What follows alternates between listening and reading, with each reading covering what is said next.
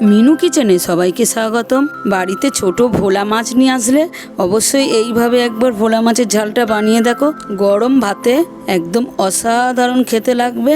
এই রেসিপিটা বানানো খুবই সহজ। পরিমাণ মতো একটু নুন হলুদ দিয়ে ভালো করে মাখিয়ে নিলাম। প্লিজ ভিডিওটা তোমরা সম্পূর্ণ দেখো, আশা করছি তোমাদের অনেক ভালো লাগবে। কড়াটা তাই গরম হতে থাক।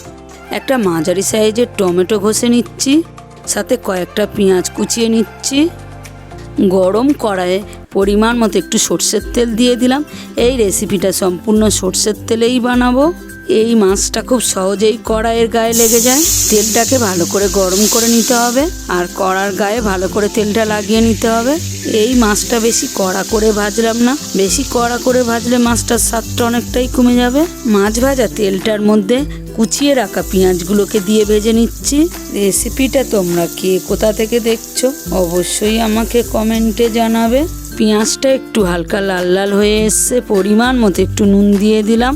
দুটো চেরা কাঁচা লঙ্কা দিয়ে একটু ভাজা ভাজা করে নিচ্ছি। হাফ টেবিল চামচ রসুন বাটা দিয়ে দিলাম, দিয়ে একটু ভাজা ভাজা করে নিচ্ছি। যে টমেটোটা ঘষে রেখেছিলাম দিয়ে দিলাম। হাফ টেবিল চামচ আদা বাটা দিয়ে একসাথে করে ভাজা ভাজা করে নিচ্ছি।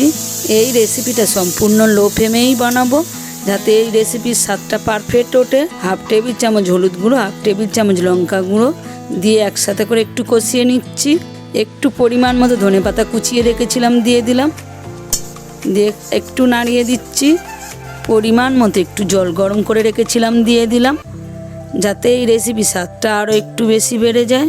এই রেসিপিটার মধ্যে তেল মশলা অনেকটাই কম, কিন্তু খেতে খুবই সুস্বাদু হবে। মশলার রঙটা খুব সুন্দর উঠেছে। এই সময় গ্যাসটাকে একটু হাই ফ্লেমে করে দিলাম, যাতে ঝোলটা একটু ভালো মতো ফুটে যায়। ভেজে রাখা মাছগুলোকে দিয়ে দিলাম। মাছগুলো বেশি নাড়াচাড়া দিলাম না, একটু হালকা হালকা করে ঝোলের মধ্যে ডুবিয়ে দিচ্ছি। আজকের ছোট ভোলা মাছের ঝালের রেসিপিটা সম্পূর্ণ তৈরি হয়ে গেছে। রেসিপিটা তোমাদের কেমন লাগলো অবশ্যই লাইক কমেন্টের মাধ্যমে জানাবে। তোমাদের একটা লাইক কমেন্ট আমার নতুন রেসিপি নিয়ে আসতে অনেকটাই হেল্প করে।